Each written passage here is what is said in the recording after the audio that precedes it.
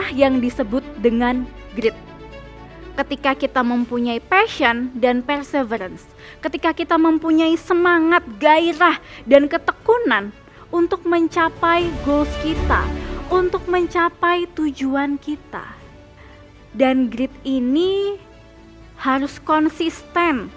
Seberapa keras sih kita berusaha untuk mewujudkan mimpi kita, goals kita. Bahkan saat ini, grit sudah menjadi salah satu indikator kesuksesan yang lebih akurat dibandingkan IQ dan talenta.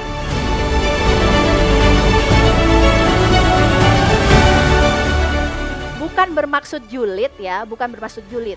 Tapi kita tidak langsung percaya bagaimana itu bisa terjadi. Atau kenapa itu bisa terjadi. Kalau orang yang kepo atau rasa ingin tahunya tinggi, dia pasti tidak serta-merta langsung percaya. Dan ini bagus untuk menghalau segala hoax dan informasi yang terus-menerus masuk ke kita. Design thinking adalah metode yang digunakan untuk memecahkan suatu permasalahan yang kompleks secara kreatif. Gitu. Jadi kompleks secara kreatif, utamanya untuk mencari solusi yang paling efektif dari sisi user, pengguna, ataupun objek dari masalah kita.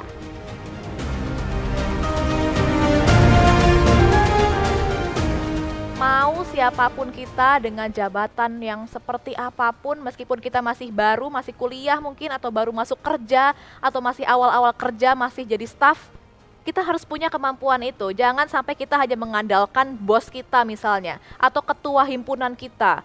Ya kita juga harus bisa, karena sewaktu-waktu ketika kita diminta seperti itu untuk berbicara dengan menggunakan teknik public speaking, kita sudah siap ya untuk melakukannya dengan baik. Ya, nah jadi kenapa leadership voice ini penting? Ya, itu adalah sebuah cerminan dari visi, ide dan juga gagasan teman-teman semua. Makanya teman-teman harus mendeliver, menyampaikan visi dan juga gagasan itu secara jelas, ya, secara fokus dan terstruktur, dan juga harus persuasif.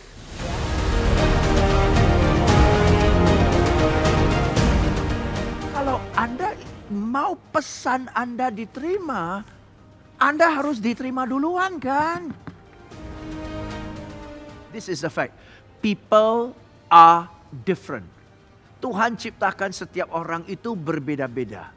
Tetapi yang menariknya adalah kalimat kedua.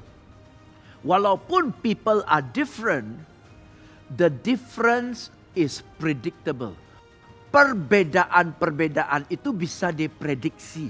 Maksudnya orang-orang itu bisa dikategori-kategorikan. Nah, kalau kita sudah tahu kategori orang ini dimasuk ke kategori mana, kita akan tahu cenderungannya seperti apa yang motivate dia, apa yang tidak memotivasi dia, komunikasi seperti apa, gaya komunikasi seperti apa yang cocok buat dia, tidak cocok buat dia, gaya komunikasi apa pula yang cocok buat orang ini dan tidak cocok buat orang ini. Gitu loh, oke ya. So, the best way to communicate effectively with someone is to understand their personality. Saya pengen ngasih beasiswa ke anak-anak sopir di Indonesia.